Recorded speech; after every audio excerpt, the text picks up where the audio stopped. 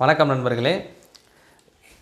இன்றைக்கி இந்த வீடியோவில் ஒரு சில ஜாதகத்தில் வந்து பார்க்குறப்போ 2 கிரகங்கள் சேர்ந்துருந்தா கூட பரவாயில்ல, 3 கிரகங்கள் சேர்ந்திருந்தாலும் பரவாயில்ல, ஏன் 4 கிரகம் கூட சேர்ந்திருந்தால் பரவாயில்ல. ஒரு சில பேருக்கு வந்து பார்த்திங்கன்னா வந்து 5 கிரகங்கள் வந்து ஏதாச்சும் ஒரு ராசியில் வந்து உட்காந்துரும்.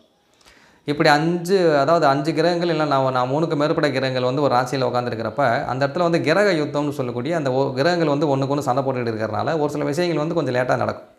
ஆனால் எல்லாருக்குமே வந்து இதேமாதிரி நடக்கும்னு சொன்னால் அப்படி நடக்காது. ஓகேங்களா? இப்போ ஒருத்தரோட ஜாதகத்தில் வந்து ஏதாச்சும் ஒரு இடத்துல, அதாவது 4ஆம் பாவத்தில் வந்து 5 கிரகம் வந்து உட்காந்துருக்கு, இல்லை 7ஆம் பாவத்தில் வந்து 5 கிரகம் உட்காந்துருக்குன்னா கல்யாணம் பண்ணணும் கொஞ்சம் லேட் ஆகுமா தவிர, ஆனால் அந்த மேரேஜ் வாழ்க்கை வந்து பெருசாக வந்து பிரச்சனை ஆகும்னு சொன்னால் எல்லாருக்குமே அப்படி சொல்ல முடியாது.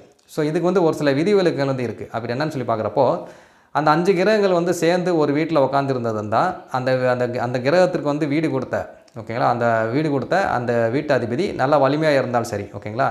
இப்போ உதாரணத்துக்கு வந்து சூரியன் சுக்கிரன், ஓகேங்களா, சூரியன் சுக்கிரன் புதன் கூட வந்து சனி சேர்ந்து ஒரு இடத்துல உட்காந்துருக்குன்னு வச்சுக்கோங்களேன். அது வந்து குருவோட வீடாக இருந்து குரு வந்து நல்லா வலிமையாக இருந்தார்னா அந்த நெகட்டிவிட்டி எல்லாமே வந்து வேலை செய்யாமல் போயிடும். அதே சமயத்தில் குரு எங்கேயாச்சும் இருந்து, ஓகேங்களா, அந்த இடத்த வந்து பார்த்துட்டு இருந்தாருன்னு வச்சுக்கோங்களேன், அந்த பர்டிகுலர் ராசி 4 கிரகங்களை வந்து பார்த்துட்டு இருந்தாருன்னா அதோட நெகட்டிவிட்டி எல்லாமே வந்து குறைஞ்சிரும். ஓகேங்களா? ஸோ இந்த மாதிரி விதிவிலக்குகள் வந்து நிறையா இருக்குது. ஸோ அதை எல்லாமே வந்து பார்த்து தான் இந்த கூட்டு கிரகங்கள் வந்து பார்த்திங்கன்னா நன்மையை செய்யுமா தீமையை செய்யுமான்னு சொல்லிட்டு முடிவு பண்ண முடியும்.